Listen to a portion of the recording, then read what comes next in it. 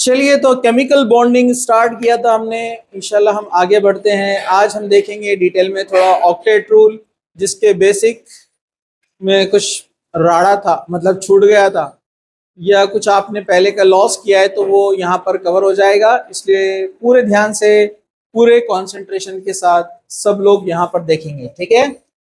Octet rule, octet rule, octet rule या concept of octet. वैसे आपको ये 10th में भी था, शॉर्ट में था एकदम, ऑक्टेट रूल। उसी को हम यहाँ पर थोड़ा डिटेल में देखने जा रहे हैं। ऑक्टेट रूल क्या बोलता है कि एनी स्पेशीज, चाहे वो एक एटम है, आयन है, मॉलिक्यूल है, कोई भी है, तो उसके अंदर जितने भी स्पेशीज रहेंगे, यानी एटम्स रहेंगे या आयन्स रहेंगे, they try to attain 8 electrons in the last shell. ये ऑक्टेट, हाँ उसमें ड्रॉबैक भी है, वो भी देखेंगे अपन। लेकिन ये बोलता है कि कोई भी जो स्पेशीज है, आयन है, वो 8 इलेक्ट्रॉन अपने लास्ट शेल में अटेन करने की कोशिश करता है, लाने की कोशिश करता है, बाय लूजिंग, बाय गेनिंग और बाय शेयरिंग, ठीक है। तो इसका सबसे मेन जो पॉइंट है वो ये है कि स्पेशीज, आयंस, और जो भी आप इसको करेंगे, okay, try to attain, try to attain 8 electrons in the valence shell, in the valence shell मतलब last shell, valence shell मतलब last shell। तो उसके लिए क्या क्या करते हैं ये some elements, specially S block element जो फर्स्ट ग्रुप सेकंड ग्रुप में है। So electropositive electropositive atom lose electron या लॉस इलेक्ट्रॉन, हम इसको कहते हैं लूज इलेक्ट्रॉन या electrons, to attain this octet, to attain this octet. इधर देखो मुन्नो, ठीक है। अब यहां पर जैसे फॉर एग्जांपल सोडियम, सोडियम का एटॉमिक नंबर कितना है बोलिए, अरे बोलिए ना, 11, 2,8,1। अगर ये एक इलेक्ट्रॉन लॉस कर देगा तो ये क्या बन जाएगा, Na+। इधर देखो, इधर Na ने अगर एक इलेक्ट्रॉन लॉस कर दिया तो क्या बन जाएगा, Na+, प्लस इलेक्ट्रॉन चला गया 2,8। देखो 8 इलेक्ट्रॉन आ गए लास्ट शेल में और ये बन गया स्टेबल। दूसरा एग्जांपल लेते हैं हम यहाँ पर कैल्शियम, कैल्शियम का एटॉमिक नंबर 12, 12 नहीं रहता, कितना रहता है, 20 रहता ना, कौन है वो 12 बोलने वाला, इधर देखो, हाँ 20 कितना होता है, 2,8,8,2। लास्ट शेल में कितने इलेक्ट्रॉन, 2। तो अगर ये 2 इलेक्ट्रॉन लॉस कर देगा तो उस पर चार्ज क्या आएगा, +2। तो क्या बन जाएगा, 2,8,8। तो इस तरह जो इलेक्ट्रोपॉजिटिव एटम्स है वो इलेक्ट्रॉन लॉस करते हैं, और लॉस करने के बाद वो ऑक्टेट कंप्लीट करते हैं। ऑक्टेट कंप्लीट करने के बाद 8 इलेक्ट्रॉन होते हैं। 8 इलेक्ट्रॉन रहने के बाद वो क्या बन जाता है, स्टेबल। क्या बन जाता है, हाँ। चलो, इसके बाद नेक्स्ट पॉइंट यहाँ पर ऑक्टेट रूल में जो हम देखते हैं वो ये है कि इलेक्ट्रोनिगेटिव एटम्स, बोलो बोलो कौन, electronegative atoms. Electronegative atoms gains electron, क्या करते हैं, gains electrons to attain this octet, okay.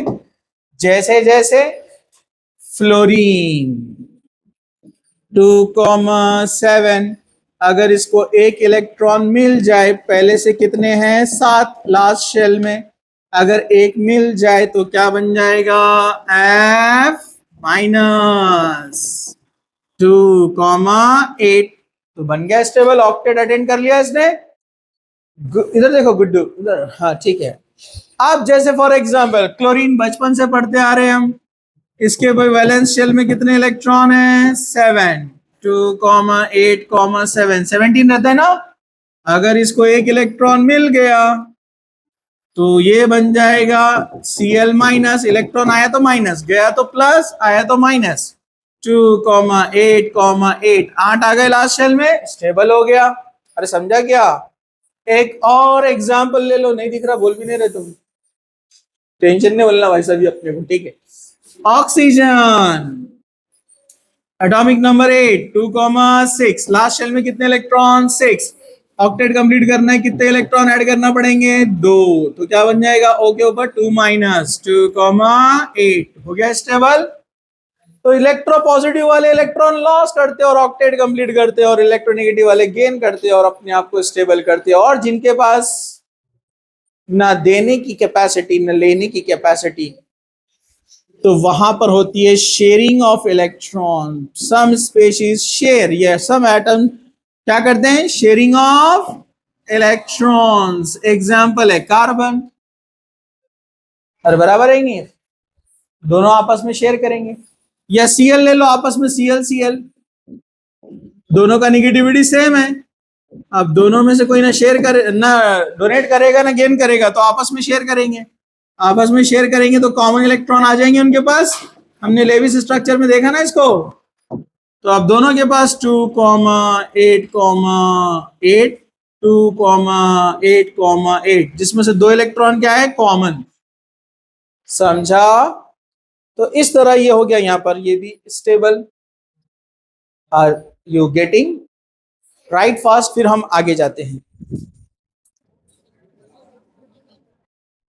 चलिए पॉइंट नंबर 5। पॉइंट नंबर 5 पहले वाले पॉइंट से रिलेटेड है, लेकिन ये स्टेबिलिटी के बारे में बात करता है। तो यहां पर क्या हो रहा है? एटम्स और groups combines to form bonds and becomes stable। ये आपस में बॉन्ड बनाते हैं और बॉन्ड बनाने के बाद क्या हो जाते हैं? ये स्टेब। तो ये पॉइंट इसी से रिलेटेड था। अब यहां पर पॉइंट नंबर 6, ठीक है। Ionic bonds are formed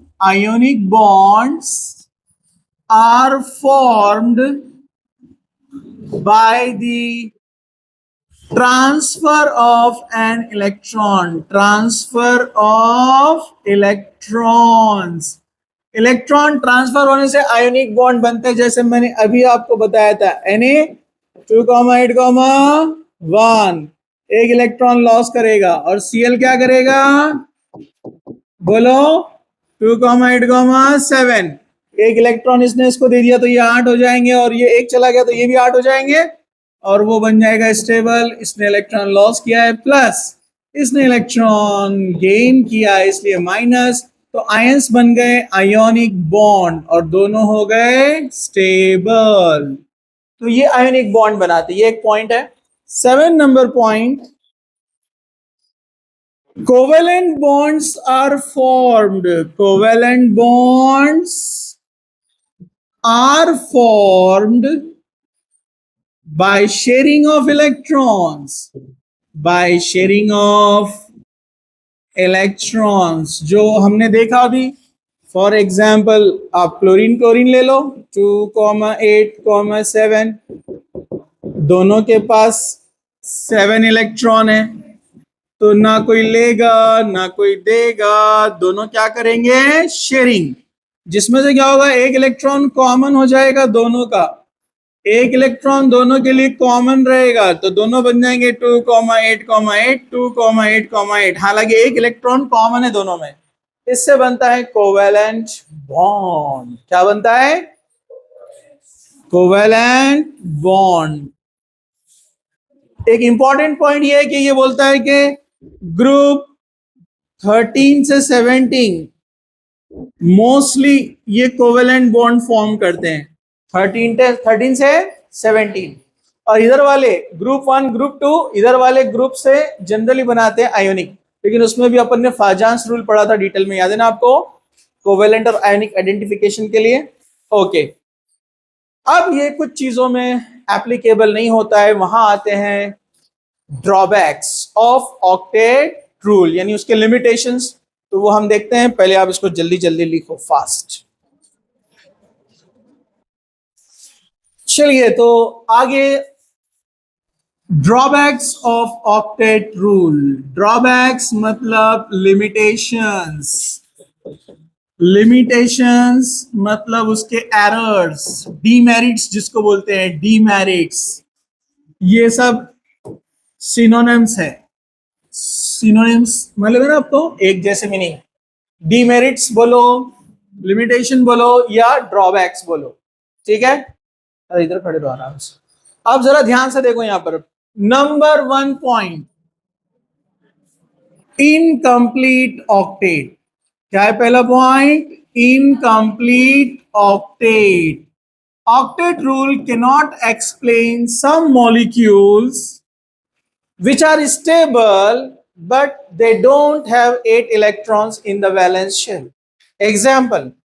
example अगर आप देखेंगे तो BF3, BF3 का स्ट्रक्चर अगर आप बनाएंगे तो क्या बनेगा? BFF। कितने बॉन्ड दिखते हैं? 3 बॉन्ड मतलब कितने इलेक्ट्रॉन? 6 इलेक्ट्रॉन। तो ऑक्टेट कंप्लीट नहीं है, लेकिन BF3 स्टेबल होता है। BF3 है, AlCl3 है, BeCl2 है, 2 ही बॉन्ड है, 4 इलेक्ट्रॉन, लेकिन स्टेबल है। ऑक्टेट कंप्लीट नहीं है सेंट्रल एटम की, बट इट इज स्टेबल। तो ऑक्टेट रूल इसको एक्सप्लेन नहीं कर सकता है। Stand up. हाँ, दूसरा ड्रॉबैक, ध्यान से देखो, ये बहुत इंपॉर्टेंट, ध्यान से देखो। ऑड इलेक्ट्रॉन मॉलिक्यूल या odd electron species, odd electron molecules, odd electron molecule में एग्जांपल, एक famous example NO, nitrosyl group, nitrosyl कहते हैं इसको। अगर आप यहां पर देखेंगे तो ऑक्सीजन के इलेक्ट्रॉन तो बराबर है, देखो बॉन्ड होता है इस तरह से। अगर इसको शो करना है अपने को तो लोन पर पता है ना अपने को इतने होते हैं। आप देखो यहां पर ऑक्सीजन के इलेक्ट्रॉन 1 2 3 4 5 6 7 8, इसके 8 हो गए पूरे, लेकिन नाइट्रोजन ने 2 बॉन्ड बनाया है, लेकिन उसके पास वैलेंस इलेक्ट्रॉन कितना रहते हैं? 5। तो 1 2 3 4 5, 1 2 3 4 5। अब यहां पर आप जरा ध्यान से देखो, नाइट्रोजन की ऑक्टेट कंप्लीट है क्या? नाइट्रोजन के पास वैलेंस इलेक्ट्रॉन कितने होते हैं? 5। ऑक्सीजन के पास कितने होते हैं? 6। तो ऑक्सीजन के पास कितने होते हैं? अरे बोलो ना, 6 होते हैं ना। उसमें से उसने दोनों यूज कर लिया बॉन्ड बनाने के लिए, समझो आपको, या ऐसे समझो आप एक यूज किया है। ये 6 इलेक्ट्रॉन है और ये नाइट्रोजन के 5 इलेक्ट्रॉन है। देखो आप यहां पर, मैं ऑक्सीजन के थोड़े से डार्क बना देता हूं ताकि आपको कंफ्यूजन नहीं होना। 6 इलेक्ट्रॉन दिख रहे हैं आपको ऑक्सीजन के? अरे बोलो ना। अब नाइट्रोजन के वैलेंस इलेक्ट्रॉन शो करना है 5, 1 2 3 4 5। तो ये ऑड इलेक्ट्रॉन आ गया ना एक यहां पर, इसको बोलते हैं ऑड इलेक्ट्रॉन स्पेशीज। क्या बोलते हैं इसको? Odd electron species. तो NO हो गया, NO2 हो गया, ClO2 हो गया, ऐसे बहुत सारे हैं जिनके पास इनकम्प्लीट ऑक्टेट यानी ऑड इलेक्ट्रॉन होते हैं, फिर भी वो स्टेबल है। ठीक है, चलो next, expanded octet. Next point क्या है? एक्सपांडेड ऑक्टेट मतलब having more than 8 electrons in the valence shell, 8 से ज्यादा है। इधर देखो गुड्डू, इधर देखो, PCl5, फॉस्फोरस पेंटाक्लोराइड। फॉस्फोरस ने कितने बॉन्ड बनाए यहां पर? 1 2 3 4 5, 5 बॉन्ड मतलब कितने इलेक्ट्रॉन? 10। SF6 सल्फर हेक्साफ्लोराइड, कितने इलेक्ट्रॉन? 12 इलेक्ट्रॉन। अरे समझा क्या? So central atom phosphorus, central atom sulfur having more than 8 electrons, but they are stable. Octet तो बोलता 8 ही होना, बोला ना। समझे क्या? इधर देखो, point number 4, point number 4, octet rule या octet theory does not explain the shape of molecule, shape of molecule। अपन ने जो शुरू में पढ़ा ना बेसिक प्रिंसिपल में, पढ़े कि नहीं अपन ने? अरे बोलो ना, बेसिक प्रिंसिपल में हमने क्या पढ़े हैं? अपना CH4 टेट्राहेड्रल था, अरे याद है कि नहीं है? अमोनिया पिरामिडल था, कुछ याद आया क्या? ये सारे जो शेप्स है ये ऑक्टेट रूल ने एक्सप्लेन नहीं किया। किसने किया? आगे आएगा अभी, ठीक है? तो ये इसको एक्सप्लेन नहीं कर पाया, ये इसका ड्रॉबैक था, गलती थी, इसका एरर था। Number 5, does not explain, does not explain energy, energies associated with bonds, associated with bonds, bond से जुड़ी हुई एनर्जीज के बारे में कुछ नहीं बोलता है। हालांकि कोई इलेक्ट्रॉन S से आया है, कोई P से आया है, याद है ना, sp2 sp3, लेकिन सब एनर्जी सेम शो कर रहे हैं एक मॉलिक्यूल के अंदर, हालांकि दोनों अलग अलग एनर्जी से आए, अलग अलग ऑर्बिटल से आए। इसके बारे में भी वो एक्सप्लेन नहीं कर पाया। कितने पॉइंट्स हो गए? 5 हो गए। Fails to explain the transition metals, इसने ट्रांजिशन मेटल्स को एक्सप्लेन नहीं किया। Fails to explain transition metals, transition metals को भी ये एक्सप्लेन नहीं कर पाया। ट्रांजिशन मेटल्स मतलब डी ब्लॉक वाले है, जिनकी स्टेबिलिटी के बारे में कुछ नहीं कहा इसने। Does not explain magnetic property of many molecules, does not explain या fails to explain magnetic property, magnetic property of molecules. बहुत सारे स्पेशीज की मैग्नेटिक प्रॉपर्टी एक्सप्लेन नहीं कर सकता ये, हम पढ़ेंगे आगे चलकर। एटम, मॉलिक्यूल या कंपाउंड्स या तो पैरामैग्नेटिक होते हैं या डायमैग्नेटिक होते हैं। ये मैग्नेटिक फील्ड के अंदर बिहेवियर है इलेक्ट्रॉन्स का, सिंगल इलेक्ट्रॉन्स का, अनपेड इलेक्ट्रॉन्स का। दो मैग्नेट्स के बीच में ये इसको एक्सपेरिमेंट को किया जाता है, north and south pole. Electrons अगर मैग्नेट के तरफ भागते हैं तो उसको बोलते हैं डायमैग्नेटिक नेचर। इलेक्ट्रॉन्स से दूर भाग रहे हैं उसको बोलते हैं पैरामैग्नेटिक नेचर। ओके, समझा आपको? हम आगे डिटेल में पढ़ेंगे कि इलेक्ट्रॉन्स में, और उसमें फेरोमैग्नेटिक होता है, बहुत सारे, अभी मैंने शॉर्ट में बताया आपको, ठीक है? जनरली अनपेड इलेक्ट्रॉन जहां ज्यादा रहते हैं सिंगल, वो पैरामैग्नेटिक होते हैं, और जहां डबल होते हैं वो क्या होते हैं? डायमैग्नेटिक। समझा आपको? तो मैंने उल्टा बोल दिया शायद, पेयर वाले नजदीक आते हैं, सिंगल वाले दूर जाते हैं, ठीक है? वो हम बाद में देखेंगे। अभी इसके बारे में उसने एक्सप्लेन नहीं किया। जैसे O2 के बारे में ये बोलता है कि डायमैग्नेटिक है, हालांकि O2 पैरामैग्नेटिक होता है, इसने इसको एक्सप्लेन नहीं किया। किसने किया? MOT, नहीं, MOT, molecular orbital theory, last में आएगा, उसने एक्सप्लेन किया इसको कैसे, तब भी बाद में हम इसको देखेंगे। लास्ट पॉइंट 8 नंबर का पॉइंट है, not explain to all elements. यहां कहेंगे not applicable, not applicable for all the elements। ये सारे एलिमेंट्स को ऑक्टेट थ्योरी एक्सप्लेन नहीं कर सकती कि वो क्यों स्टेबल है।